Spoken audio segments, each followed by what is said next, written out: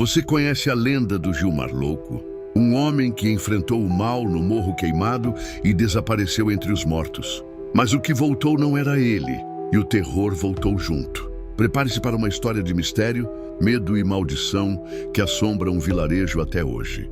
Quer saber o que aconteceu depois? Aperte o play e descubra essa saga arrepiante. Gilmar Louco, o homem que encarou os mortos.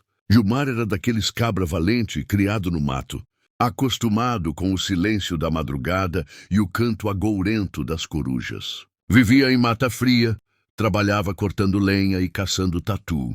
Sempre calado, meio torto, mas nunca medroso. Só que Gilmar tinha um defeito. Gostava de zombar do que não conhecia. Principalmente quando envolvia reza, assombração e cemitério. Numa noite de lua cheia, no bar do seu terto, alguém comentou sobre os tais jovens que sumiram no Morro Queimado anos antes. Gilmar deu um gole na cachaça, bateu o copo na mesa e disse alto: Isso é lorota. Amanhã eu subo lá nesse cemitério, sozinho.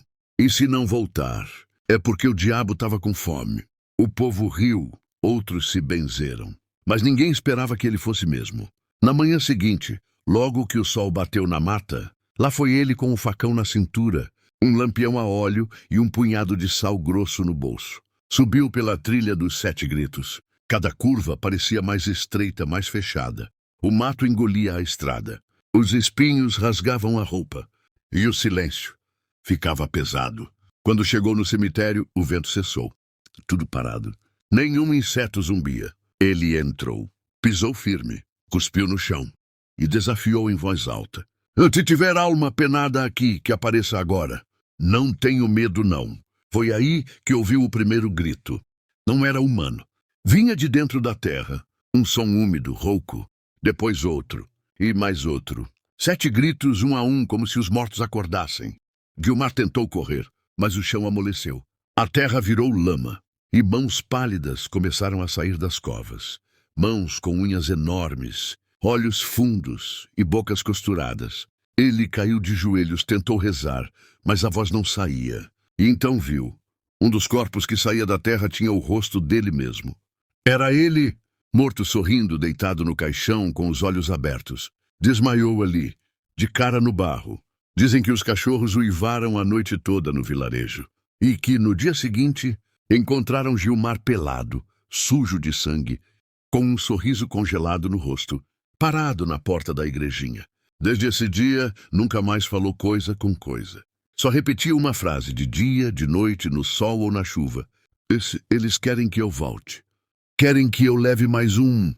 Ficou conhecido como Gilmar Louco. Até hoje, ele anda pelas trilhas do mato, falando com as árvores, cavando buracos no chão e colocando pedras em forma de cruz por onde passa. E tem quem diga que, às vezes, ele desaparece por dias. E quando volta, vem com terra fresca nas unhas e cheiro de vela apagada no corpo.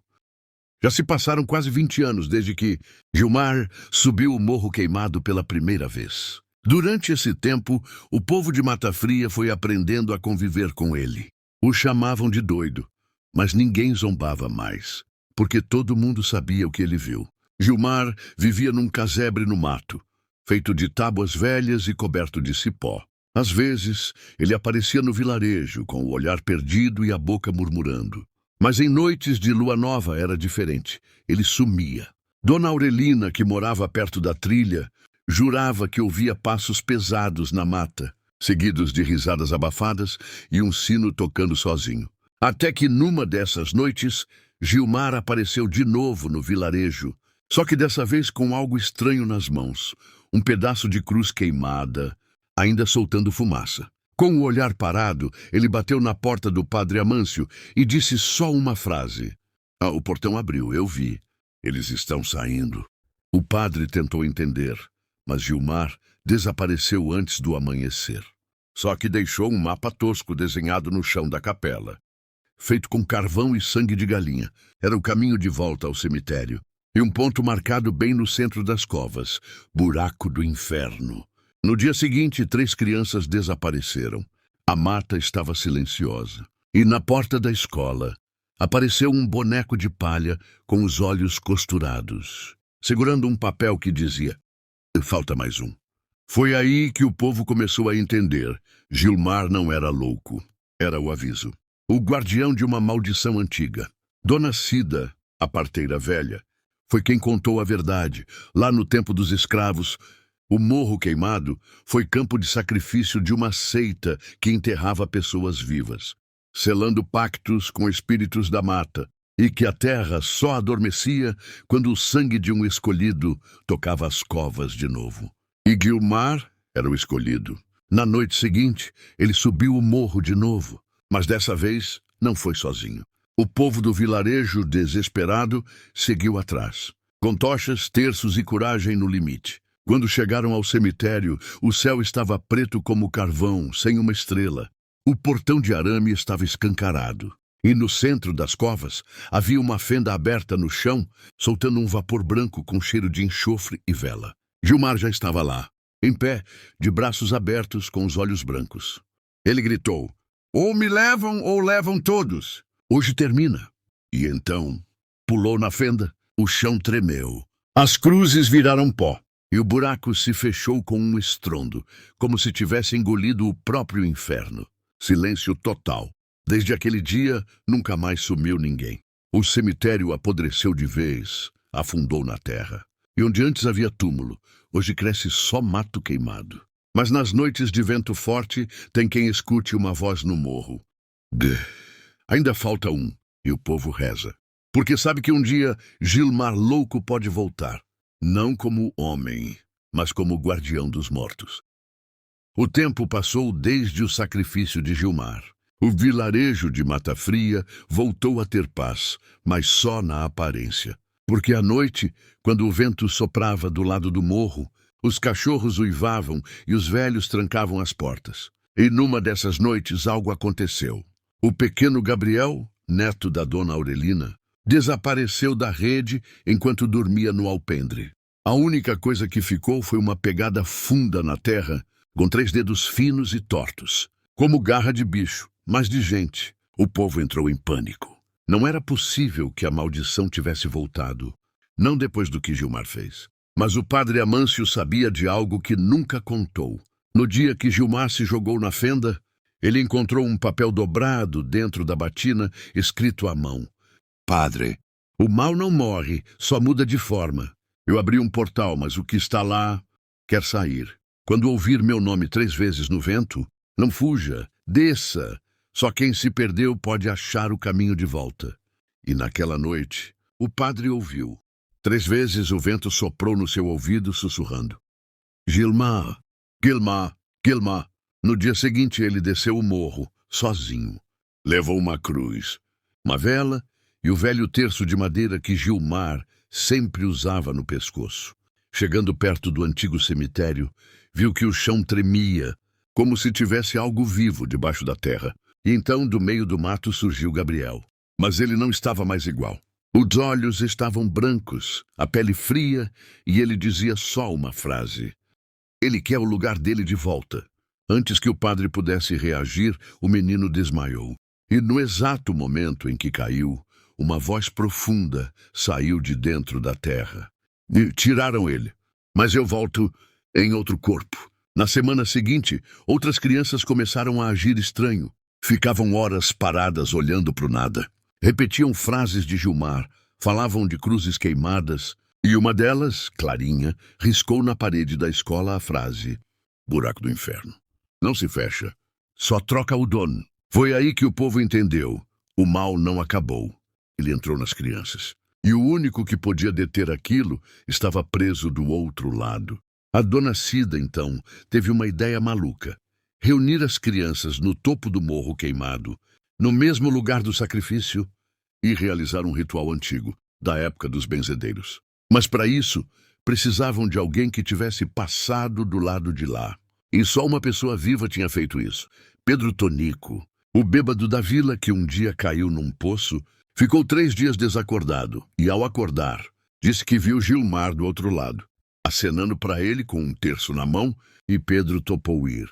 A noite marcada foi 13 de agosto, mesma data do desaparecimento de Gilmar. No alto do morro, com as crianças em círculo, A fogueira acesa, terços nas mãos e rezas sendo gritadas contra o vento. Pedro foi até o centro do círculo e disse: "E ainda está aí, Gilmar, volta agora, porque o que saiu no seu lugar é pior." O vento parou. O fogo apagou. E todas as crianças, ao mesmo tempo, abriram a boca e gritaram: "Ele está voltando." Pedro caiu duro no chão. Mas ao abrir os olhos não era mais Pedro. Era Gilmar. A voz era a mesma. O olhar também. Ele olhou para as crianças, sorriu com tristeza e disse: não era para eu voltar. Mas se é para proteger os meus, que seja." Desde aquela noite, Gilmar vive no corpo de Pedro, calado, vigiando. E o povo de Mata Fria aprendeu a nunca mais desafiar o morro queimado. Porque o mal não morre, só troca de roupa. Desde que Pedro Tonico passou a agir como Gilmar, a vila de Mata Fria ficou dividida. Uns diziam que era milagre, outros que era embuste do próprio demônio. Mas ninguém podia negar. Ele sabia coisas que só Gilmar sabia. Contava segredos de família, lembrava nomes de mortos e até citava a senha antiga da capela, que só o padre Amâncio e Gilmar conheciam. Gilmar estava de volta, mas o mal também. Em uma noite abafada, sem lua, a professora Cleonice, uma mulher respeitada, firme e religiosa, foi vista andando descalça pela Praça da Matriz, com o rosto todo arranhado e sangue escorrendo da boca. Quando o povo tentou acudir, ela rosnou como um bicho e gritou um nome que ninguém ousava dizer há décadas. Zauriel, o nome de um demônio antigo, citado num velho manuscrito que o padre mantinha trancado a 7 chaves. Um ser que, segundo os antigos, entrava no corpo dos justos para profanar a fé. Na mesma hora, Gilmar, ou o corpo de Pedro, se levantou da cadeira no alpendre e falou. E ele achou o corpo perfeito. Pureza é a melhor máscara para o mal. Dali em diante, tudo virou guerra espiritual. Cleonice desapareceu da vila por dias. Quando voltou, fingia normalidade. Dava aula, sorria, cuidava dos vizinhos. Mas nas noites de sexta, a casa dela era tomada por urubus. E ninguém sabia de onde vinham. Crianças relatavam ver sombras rastejando pelas paredes da escola. Um menino ficou cego depois de ver a moça de olhos virados, olhando pela janela da sala de aula. Gilmar, no corpo de Pedro, convocou os mais velhos da vila. Dona Cida, o padre, o senhor Benício, antigo benzedor, e até o velho coveiro Juvenal. Ele disse: Zauriel veio pelo buraco. Ele precisa de um sacrifício para sair do corpo. Mas o sacrifício tem que ser de sangue puro. Todos se calaram. Sabiam que a única criança pura de verdade era Bia, neta de Cleonice. Uma menina muda, doce, que via anjos nas árvores e sorria com os olhos. Só que Gilmar se recusava. Eu não vim para entregar inocente. Eu vim para fechar a porta. Na noite da lua vermelha, Cleonice se trancou na igreja com a neta. Quem passava ouvia cantos em línguas estranhas, gritos abafados e sinos tocando sozinhos. Gilmar entrou, sozinho. O povo ouviu o que pareceu ser uma explosão abafada, depois um silêncio pesado como chumbo. A porta se abriu. A menina saiu, viva. Gilmar também, mas ferido, sangrando pela boca. Disse só. Ele saiu, mas não foi para o inferno. Foi para alguém aqui. Desde aquela noite, ninguém mais confiava em ninguém. A vila seguia calma, mas os olhares eram diferentes, porque Zauriel podia estar em qualquer um. E Gilmar ainda vive no corpo de Pedro. Caminha pela vila como um velho qualquer. Mas toda vez que o vento sopra do morro queimado, ele olha para o alto e murmura: ainda não acabou, porque o mal, quando não consegue tomar a alma, se esconde na sombra dos bons.